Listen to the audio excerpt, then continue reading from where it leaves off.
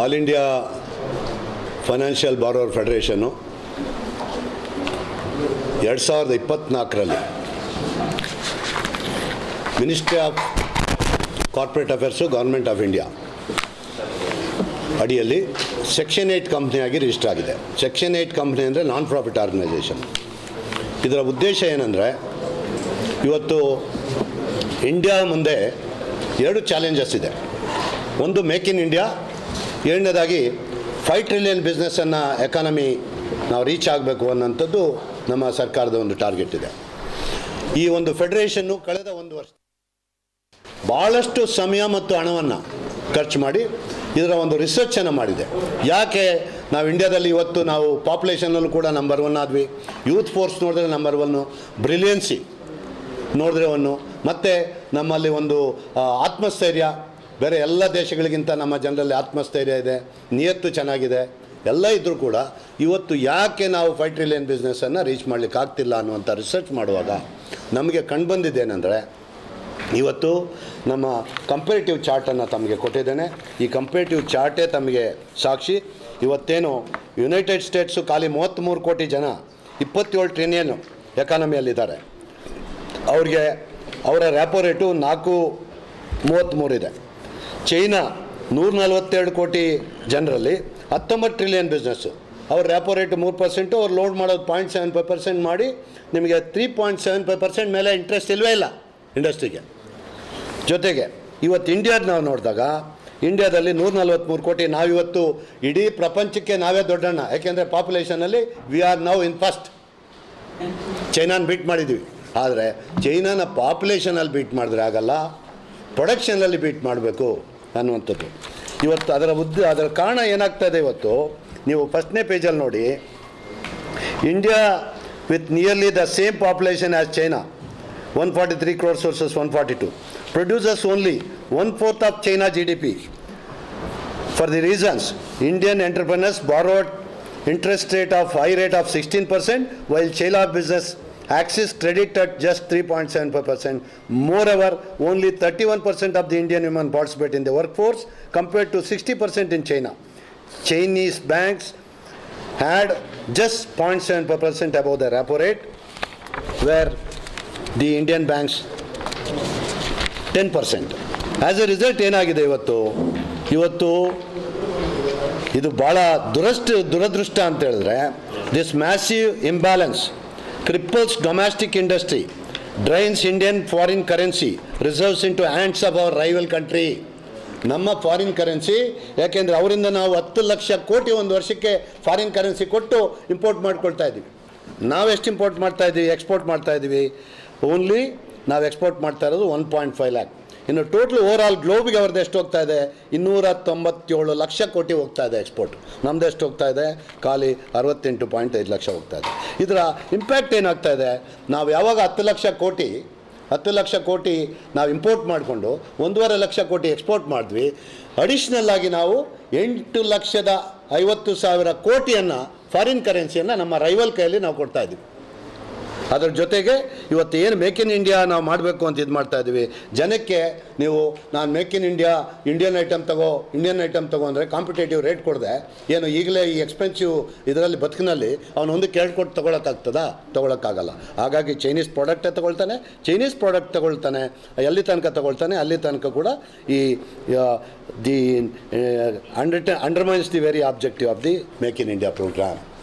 ಹಾಗಾಗಿ ಇವತ್ತು ನಮ್ಮದು ಎರಡೇ ಒಂದು ಮುಖ್ಯವಾದ ಒಂದು ಸಲಹೆ ಸರ್ಕಾರಕ್ಕೆ. ಒಂದು, ಏನು ರ್ಯಾಪೋ ರೇಟ್ ಇದೆ, ಬೇರೆ ಕಂಟ್ರೀಸ್ ಹೆಂಗೆ ಚಾರ್ಜ್ ಮಾಡ್ತಾರೆ, ನೀವೊಂದು 25% ಹಾಕಿಯಪ್ಪ, ಪರವಾಗಿಲ್ಲ, 25% ಲಾಭ ಇಟ್ಕೊಳ್ಳಿ ರ್ಯಾಪೋ ರೇಟ್ ಮೇಲೆ. ಆದರೆ 300% ಯಾವ ಬಿಸ್ನೆಸ್ಸಲ್ಲಿದೆ? ಬ್ಯಾಂಕ್ಸ್ಗೆ ಹಾಕಬೇಕು ಅಷ್ಟೊಂದು ದುಡ್ಡು. ಹಾಗಾಗಿ ಅದನ್ನು ನೀವು ರ್ಯಾಪೋ ರೇಟ್ ಮೇಲೆ ಇಮಿಡಿಯೇಟಾಗಿ 25% ಮೇಲೆ ಚಾರ್ಜ್ ಮಾಡೋಂಗಿಲ್ಲ ಅನ್ನೋ ಒಂದು. ಎರಡನೇದಾಗಿ ಇವತ್ತೇನು ನಮಗೆ ಇವತ್ತು ಏನು ನಮ್ಮ ಇಂಡಿಯನ್ ವುಮನ್ಗೆ ಇವತ್ತು ಒಂದು ಅವರಲ್ಲಿ 60% ವುಮನ್ ಎಂಟರ್ಪ್ರೈನರ್ಸ್ ಇದ್ದಾರೆ.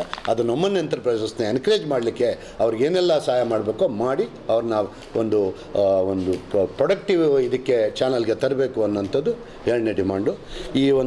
ಇದು ಮಾಡಬೇಕಂತ ಹೇಳಿದ್ರೆ ನೀವು ಸಾಕಷ್ಟು ನಮ್ಮ ಕಾನೂನುಗಳೇನಿದ್ದಾವೆ, IBC ಇರ್ಬೋದು, IDDBI ಇರ್ಬೋದು, ಇದರಲ್ಲೆಲ್ಲ ಸಾಕಷ್ಟು ಬದಲಾವಣೆಗಳಿದೆ. ಯಾಕೆಂದರೆ ಇದನ್ನು ಉಪಯೋಗಿಸಿ ಬ್ಯಾಂಕು ದುರುಪಯೋಗ ಮಾಡ್ಕೊಳ್ತಾ ಇದೆ.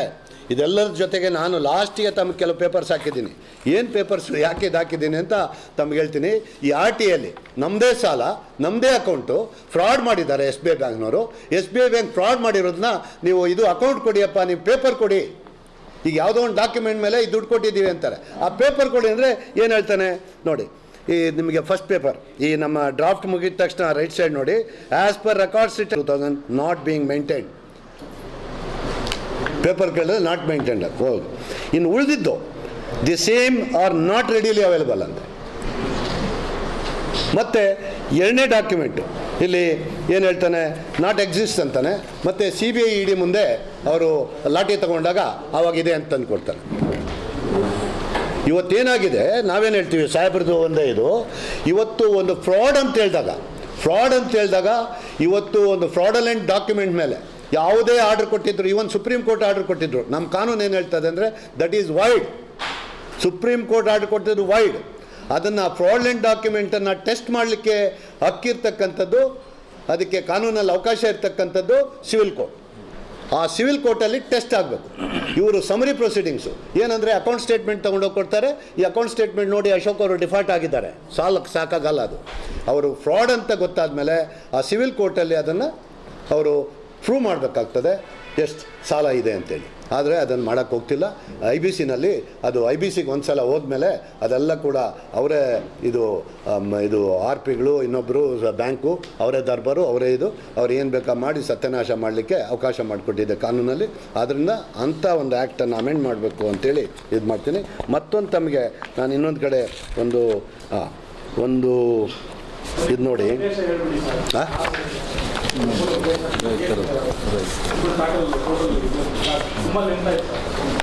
ಇದು ಅಲ್ಲ, ಈ ಲೆಂತ್ ಅಂದರೆ ಸಬ್ಜೆಕ್ಟ್ ಹಂಗಿದೆ. ಈಗ ನೋಡಿ RTIನಲ್ಲಿ ನೀವೆಲ್ಲ ಗೂಗಲ್ ಮಾಡಿಬಿಡಿ. Under section 1D of RTI act it is sub judice ಅಂತಾನೆ. ನೀವೇನಾದರೂ RTI ಆ್ಯಕ್ಟಲ್ಲಿ 1D ಇದ್ಬಿಟ್ರೆ 1D ಇದೆಯಾ ನೋಡಿ, ಅಂದರೆ ಇಲ್ಲದೇ ಇರೋ ಕಾನೂನುಗಳು ಕೂಡ ಕೋರ್ಟ್ ಮಾಡಿ, ಈ ಕಾನೂನೇ ಇಲ್ಲ ಅಂತ ಕಾನೂನು ಅಂಥದ್ದನ್ನ ಕೋರ್ಟ್ ಮಾಡ್ತಾರೆ. ಯಾಕೆ ಇದನ್ನು ತೋರಿಸ್ಬೇಕಾಯ್ತು ಅಂದರೆ ಏನು ಯಾವ ಥರ ಬ್ಯಾಂಕ್ಸ್ ಬಿಹೇವ್ ಮಾಡ್ತಾ ಇದೆ ಬಾರೋವರ್ಸ್ ಹತ್ರ. ಹಾಗಾಗಿ ಈ ಒಂದು ನಮ್ಮ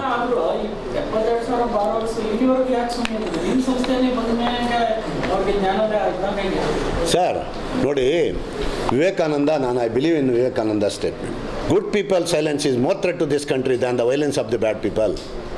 ಕೆಟ್ಟವ್ರು ಇರೋದು ಕಡಿಮೆನೇ, ಮೆಜಾರಿಟಿ ಇರೋದು ಒಳ್ಳೆಯವರೇ. ಆದರೆ ನಾವೇನು ಮಾಡ್ತಾಯಿದ್ವಿ, ನಮ್ಗೆ ಯಾಕಪ್ಪ ನಾವು ಒಳ್ಳೆಯವರಾಗಿದ್ದು ಬಿಡೋಣ. ಹಾಗಾಗಿ ಅದು ಆಗಬಾರ್ದು. ನಾವೆಲ್ಲ ಕೂಡ ವಾಯ್ಸ್ ರೈಸ್ ಮಾಡಬೇಕು ಅಂತೇಳಿ ಅವ್ರಿಗೇನೋ ಒಂದು ಯಾರೋ ಬೆಕ್ಕಿಗೆ ಗಂಟೆ ಕಟ್ಟೋರು ಒಬ್ಬರು ಬೇಕಲ್ಲ ಸರ್. ಹಾಗಾಗಿ ಈಗ ಬೆಕ್ಕಿಗೆ ಗಂಟೆ ಕಟ್ಟೋ ಕೆಲಸ ಮಾಡಿದ್ದೀವಿ. ಇವತ್ತೇನು ಇದನ್ನು ಸರಿ ಮಾಡಿಲ್ಲ ಅಂದರೆ ಇವತ್ತು ಇದು ಎಲೆಕ್ಷನ್ ಮ್ಯಾನಿಫೆಸ್ಟೋ ಆಗಬೇಕು. ನಮ್ಮ ಉದ್ದೇಶ ಏನು ನಮ್ಮ ಡಿಮಾಂಡ್ಸ್ ಇದೆ, ಇದು ನೆಕ್ಸ್ಟ್ ಎಲೆಕ್ಷನ್ ಮ್ಯಾನಿಫೆಸ್ಟೋ ಆಗಬೇಕು. ಮ್ಯಾನಿಫೆಸ್ಟೋನಲ್ಲಿ ಯಾವ ಪಕ್ಷ ಈ ಮ್ಯಾನಿಫೆಸ್ಟೋನಲ್ಲಿ ತರ್ತದೆ, ಎಷ್ಟು ಇದನ್ನು ನಾವು ಮಾಡ್ತೀವಿ ಅಂಥೇಳಿ ಅಂಥವರು ನಾಳೆ ದೇಶವನ್ನು ಆಳುವಂಥ ವ್ಯವಸ್ಥೆ ಆಗಬೇಕು ವಿನಃ ಈ 75,000 ಕೋಟಿ ಇವತ್ತು ಬಾರೋವರ್ಸ್ ಏನಿದ್ದಾರೆ, 75,000 ಕೋಟಿ ಬಾರೋವರ್ಸು, ಅವರು ಇದನ್ನು ಇವತ್ತು ಅವರ ಹಕ್ಕನ್ನು ಚಲಾಯಿಸೋದ್ರ ಮೂಲಕ ತಮ್ಮ ಡಿಮಾಂಡನ್ನು ಮುಂದಿಡಬೇಕು ಅನ್ನೋಂಥದ್ದನ್ನು ಒಂದು ಪ್ರಯತ್ನವನ್ನು ನಾವು ಮಾಡ್ತಾ ಇದ್ದೀವಿ.